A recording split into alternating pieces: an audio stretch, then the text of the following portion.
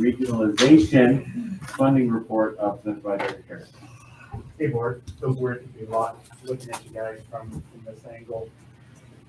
So I put together a presentation today to discuss regionalization, which anyone who knows me and my passion knows that the regionalization factor that we have been assigned at the Grand Falls School District is factually incorrect and does not represent what it should be. To be honest, I wrote this presentation to hopefully make you angry. That I'm intentionally trying to pull at your anger because we need to be angry about this, because I personally feel that we have been specifically, intentionally deprived of funds that should be ours. So if you're not angry by the end of this presentation, let me know, and then I'll talk another 30 minutes and tell you why you should be angry. So in order to understand regionalization, we really have to understand kind of the prototypical school funding model, which Marshall talked about a little bit earlier today. I'm not going to go into it deeply. The prototypical school funding model, as we've talked about today, is broken. It doesn't work. It's never worked. The theory didn't fix it. It doesn't represent the true needs of what a school district needs to provide a paramount duty of education for our students. I've often been asked by colleagues in other districts and other school boards why I don't focus on the prototypical school funding model more in my frustration and discussion, and I hone in on regionalization, and the simple answer is prototypical school funding model is not something that Carl Cary of Grand Falls School District is going to be able to rectify, right? It is broken for us, it's broken for Tukwila, it's broken for Chehalis, it's broken for Wenatchee, it's broken across the board. There is a tremendous amount of voice there. But regionalization is something that's specifically assigned to a district based on a number of factors. I'm going to talk about those factors today. That I feel is something that I can fix. That is something that I feel that I can shine a light on and I can get a fix, because spoiler alert, I think we've been underfunded by the tune of approximately $3.2 million.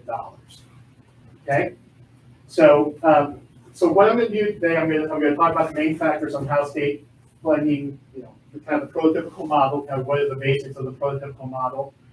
How does regionalization funding affect the Grand Falls School District, or how does regionalization affect us? My specific concerns related to our calculations of regionalization, and then kind of next steps. Okay. So this is a presentation that the Washington Office of Superintendent of Public Instruction, or OSPI, provided to the Legislative Council. Well, just a couple of weeks ago. I didn't change that date. And this presentation was provided by TJ Kelly, who is the CFO of the Office of Superintendent of Public Instruction.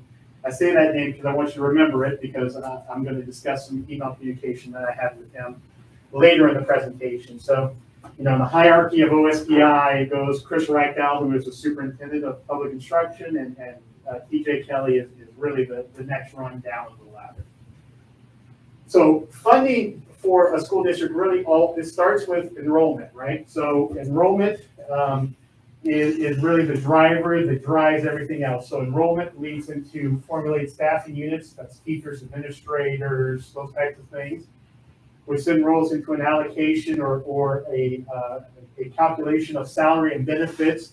That is where regionalization comes in, at that salary and benefit level.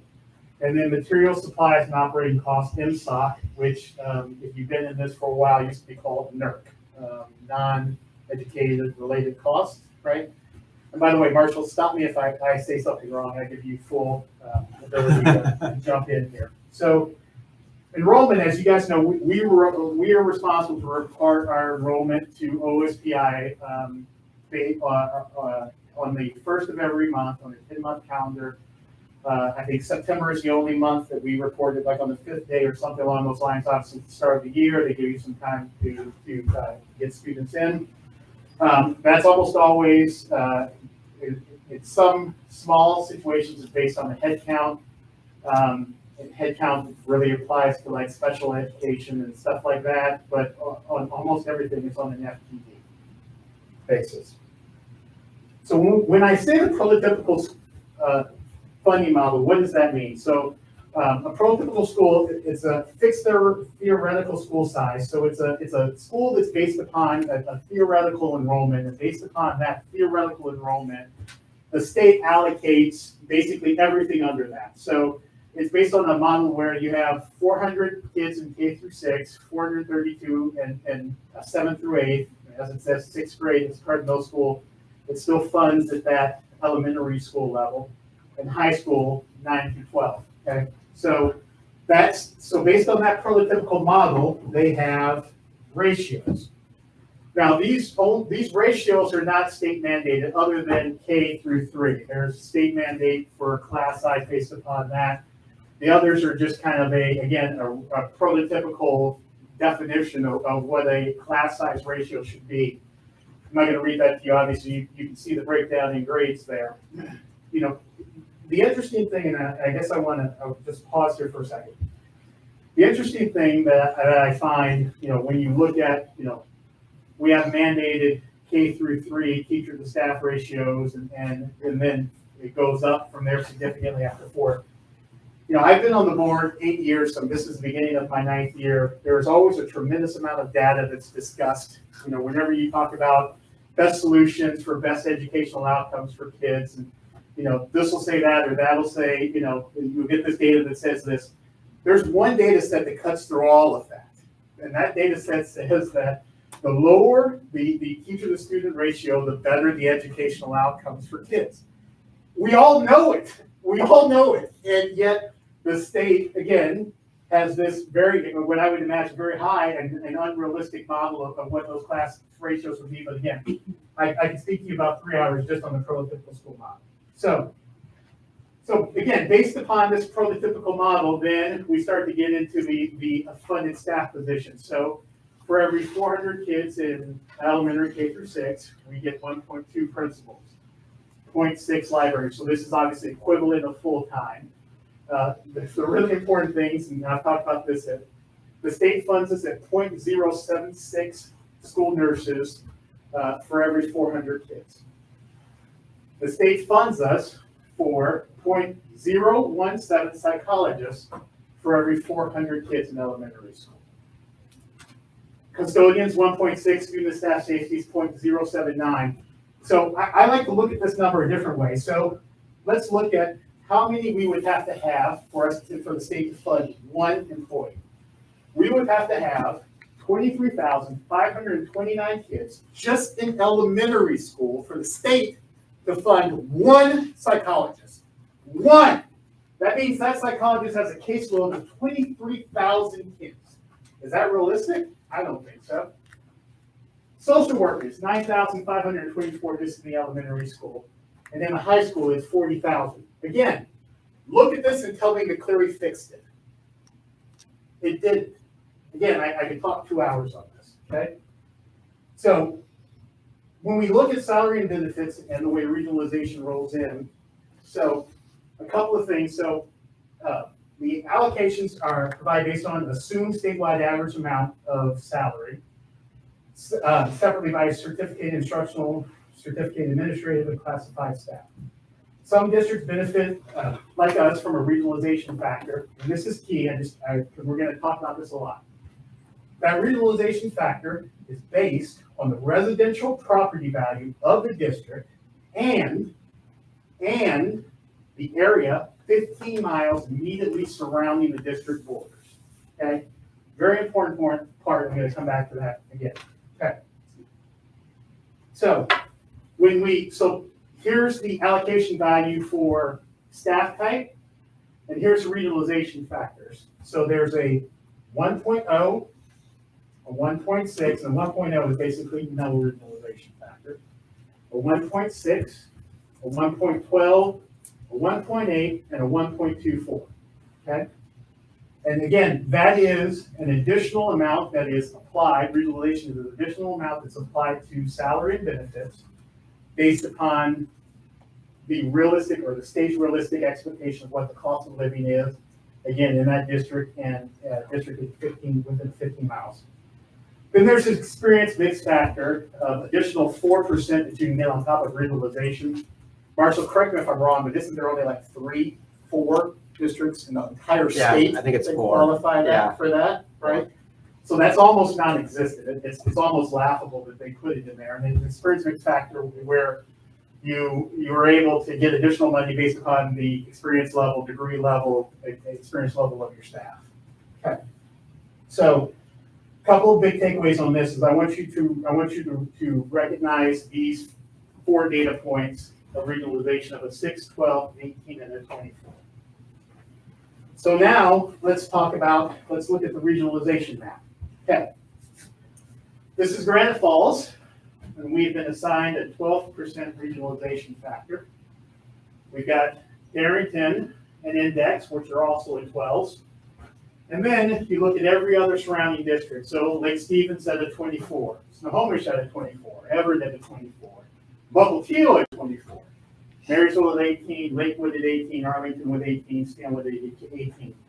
I said this before and I'll say it again, that the Granite Falls School District, we're one of only 9 school districts in the entire state of Washington that touches a district that has greater than a 10% regionalization factor.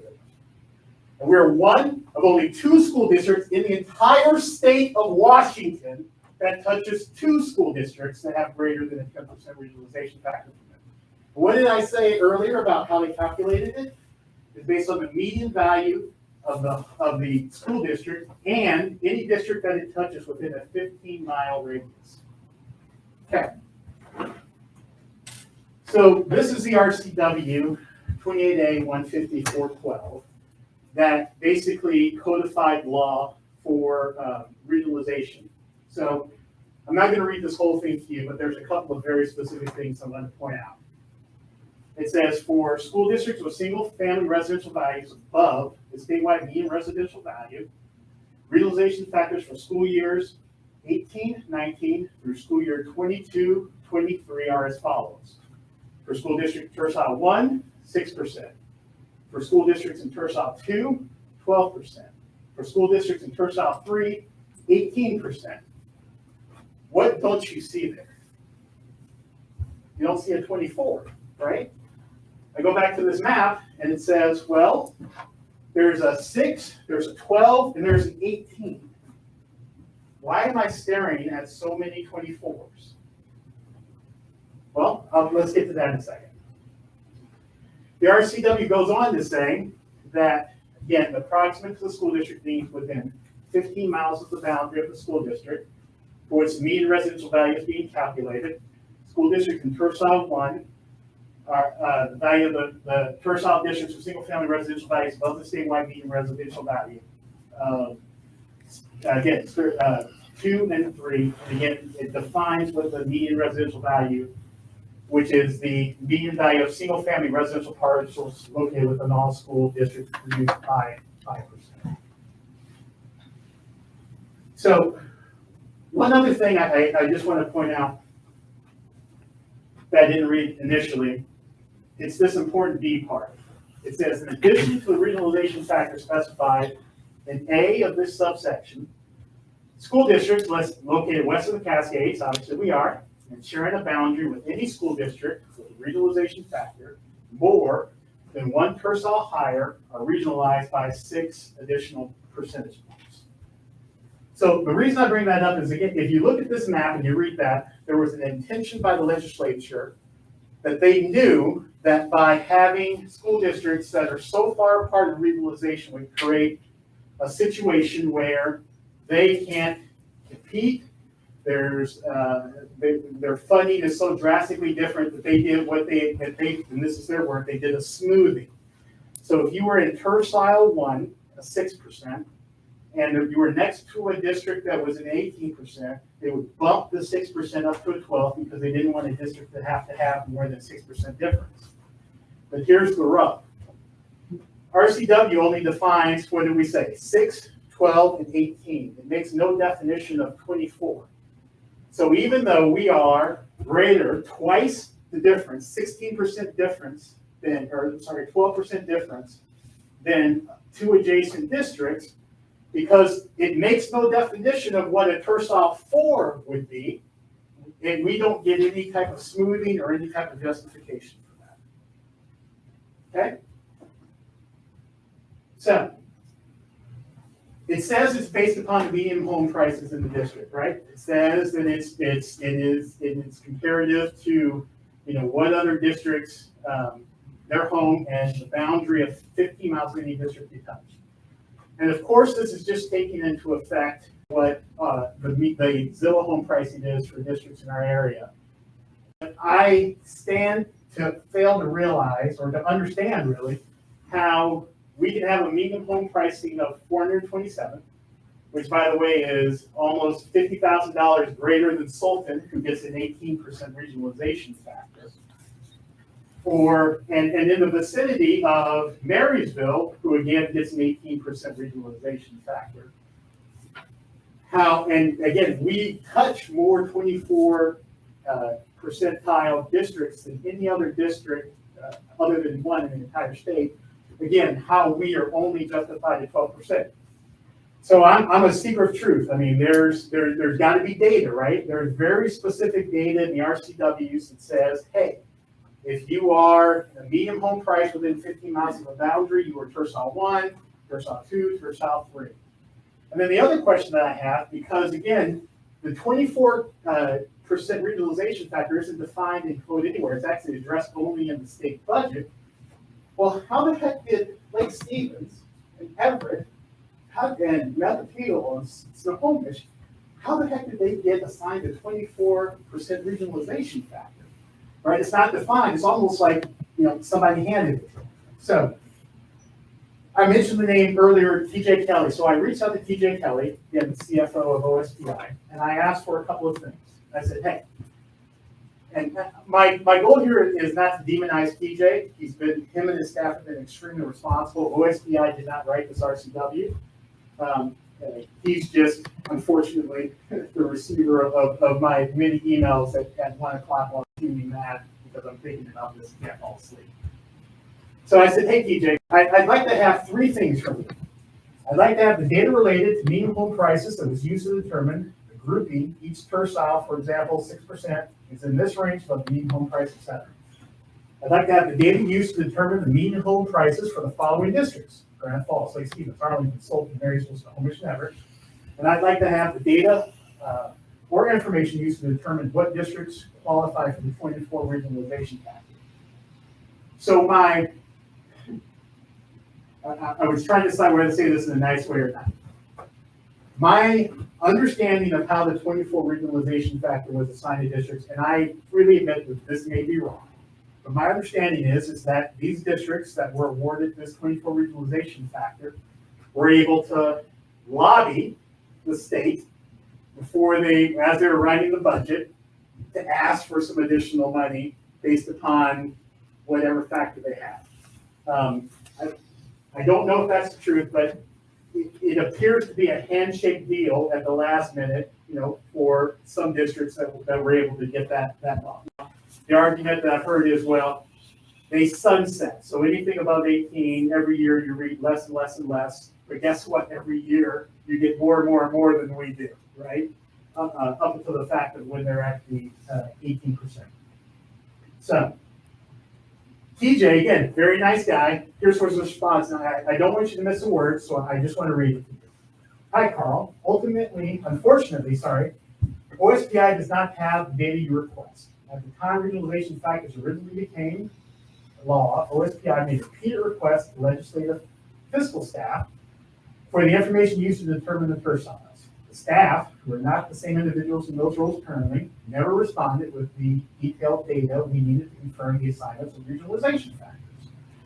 Their response for each of our repeated requests was essentially, the bill describes the calculation for you.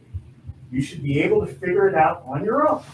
I was never able to confirm nor understand the apparently unwillingness to share the data. Our goal was to provide a detailed spreadsheet online with property values and calculations that we, or districts themselves, independently verify. We were never able to get them. So while I certainly respect and honor TJ Kelly's response to this, it pisses me the hell off.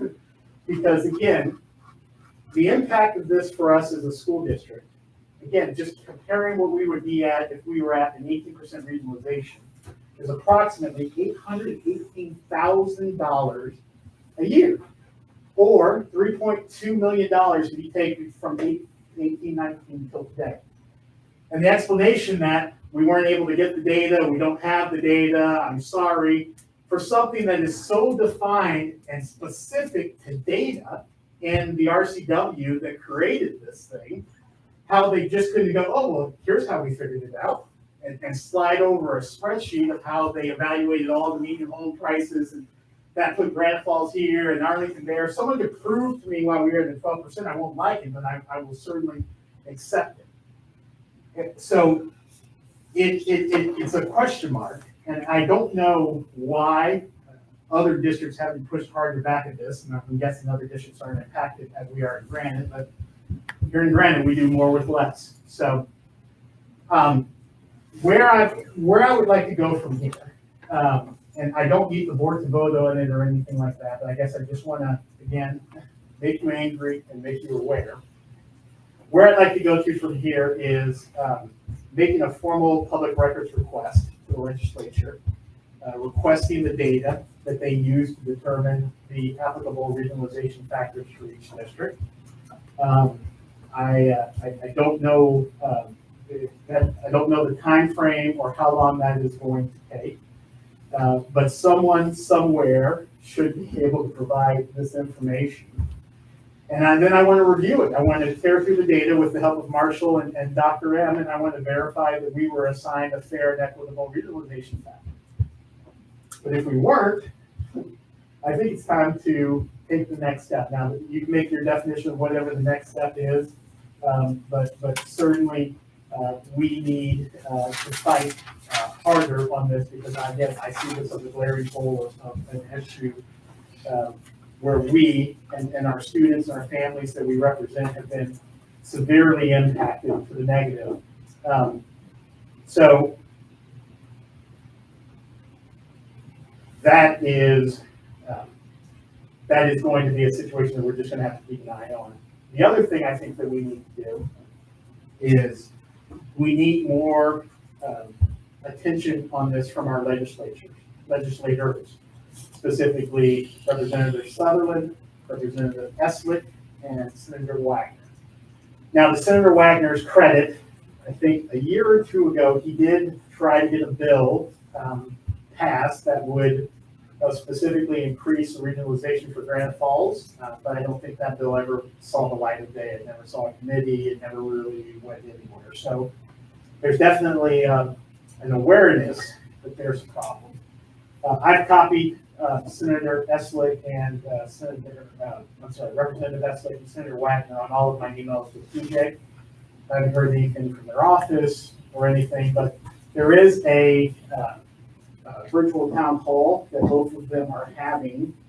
I'm looking it up on Saturday, February 19th, that I will be attending, and I've already emailed them. They asked for emailed questions. I've already emailed them, hey, what are you doing to address the deficiency and unjustified regionalization that's been applied to Granite Falls? I'm certainly going to try to ask that question. I don't know the format, but what I need is help, right? Because I think we've been too complacent and quiet on this. And Marshall said this, and it's probably true.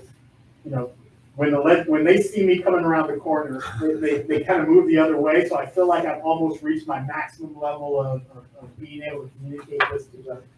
But if we as a community, as a district, as a community, if we all band together and we talk about this specifically with facts and details about how we have been, again, severely financially impacted, I think that we might be able to start breaking down some walls. So that's all I've got. Questions? More questions? I have a question.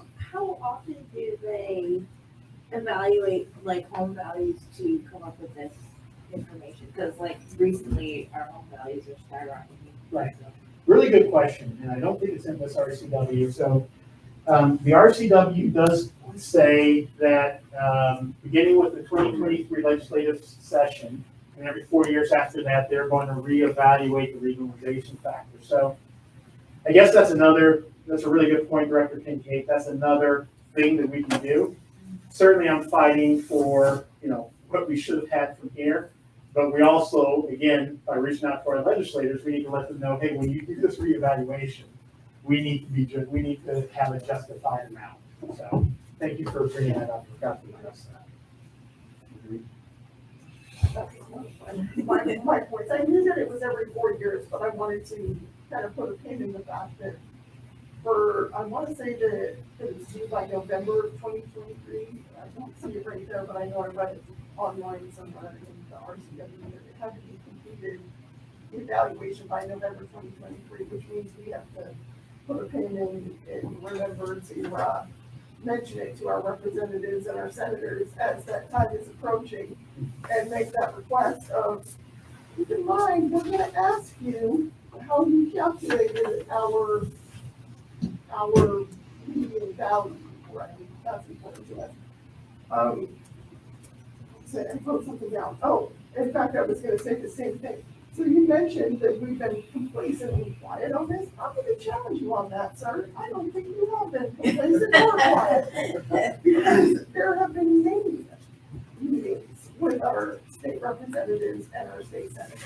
There have been many emails over time to try and figure this out. We've asked nicely several times. We've driven to Arlington and other places to meet with them face to face, make phone calls, sent emails, sent letters. So no, I don't think we've been complacent. But we haven't come up all angry. And maybe, and we've gone back and forth on this because, it's time to make a public records request. And if we can't work it out, then maybe we have legal look at this and review it to see what our options are. Because I feel like what we see in the RCW seems obvious, but have legal look at the RCW, that's their wheelhouse, right? If they see it the way that we see it or anything close, then there's another conversation to be had, because here we are asking the community, but we're also asking the state, going, our kids are worth it. Right. We keep fighting and asking nicely and showing up and making phone calls and having meetings and sending emails, but it's time to send it over to legal and see what they think too. And I don't want to say too much, so Dr. McNamee, because, we talk about litigation and pending litigation in executive session for a number of reasons, but I guess I will say that we've started that communication as you've talked about. It's actually started weeks ago, so. It's worth, you don't spend a dollar to save a nickel or whatever, but I don't think that that's what we're doing. All signs point to, they just don't know the data, and the CFO throws up his hands and goes, I don't know, I asked. Sorry, Brandon, he didn't even, it's the CFO, he just throws it over the fence and throws juices and walks out. I just am, I feel like you're angry, that's what I wanted. yeah, Love it. well, no, I was angry the first time I saw the email, and like you say, it's not TJ Kelly, but he's the CFO, it's the role, as the CFO, your job is to know these kind of things, or to know who to ask to find it out. Not to just go, hey, sorry, Carl, I asked several times and nobody gave me the answer, so you're 12%, man, and I have no idea why. That's not a good answer. Anyway, Couldn't agree with you more. so on that, perfect job. Couple of comments. So first off, you want to get me angry, you did it. No, not thank you. I don't like implications. We weren't already angry. I kind of take offense to that. I've been pissed off about this for, since 2018. But I do appreciate the report so the community can see it. I've been angry for a long time. So just want the record that I didn't need the report to get angry. I've been sending a lot of nasty emails myself. They will be nastier. I'd like to point out one thing in the conversation I had with, I was at a WASDA conference about this. I don't remember who it was, but one of our issues is that 15 miles without Mountain Loop up in the hills. And that's part of the calculation they're using, from what I understand. So it's 15 miles from the boundary. So, Yeah, so it's going out like so into you, the mountains anywhere, so that's bringing us down. And I think part of the problem that we were talking about was we need to adjust our SW going like, why are we getting dinged for, going out in the middle of nowhere? so all of that affects our median home value, so I don't disagree. Yeah. But then the 15 miles actually then, so we get, and Yeah, this is exactly, verified legal, we get the full median Yeah. home values in the home, which is Lake Stevens, of Arlington, of Yeah, Marysville. but yeah, well, I was at the WASA conference, this was 2019, we were talking about this, it was the fact that, might have been, 19, that the mountains bring us down. And it's like, there's a I flaw. know, when it's sold at 18, and they're Oh, because- surrounded by index and credit, oh. Maybe along Highway 2, they got higher home values. I mean, again, it doesn't make any sense. There's a lot of different factors, and that's the whole point I'm trying to make, what you agree to is that it doesn't make sense. Like, there's no numbers behind it. In fact, they can't share it is the most disturbing thing, is like, they just I feel like they just threw a dart and called it good. And that's what's been upsetting about this for so many years, of just, no one can explain it. There's no rhyme or reason or logic to it. And if there is, and they can explain it to me, great, just like you said, but I'm not seeing it, and I'm pretty decent with numbers. I just can't see it. So, I really hope that the community sees this presentation and realizes that we have been sending nasty emails, but we need the whole community behind us. We said nice. Nice emails, but might have been pretty, not nasty, but they've been pretty direct. Now, can you explain this to me in any reasonable way? But I think, Carl's right, the next step is get the community on it, not just, board members, the entire community is going to get this thing moving. So, those are my comments. Anything else? I think I do want to mention that the difference is the approach we've taken is to go through our senators and our representatives to ask them to represent the interests of Granite Falls. And now we went to the CFO and represented our own interests for Granite Falls because we didn't get the action. We did get one bill, and I did see it online. I looked it up, and I never saw the light of day. Appreciate you taking the time to write it, but it never went, past anyone's desk. Yeah. But we tried the legislative route. That's not working out for us. We went to the CFO. That's not working out for us. And so I think that I 100% agree with the path that you've already begun, which is a legal representation and your proposal for, a records request. It makes sense. I 100% support that. Last week. Thanks so much. Awesome.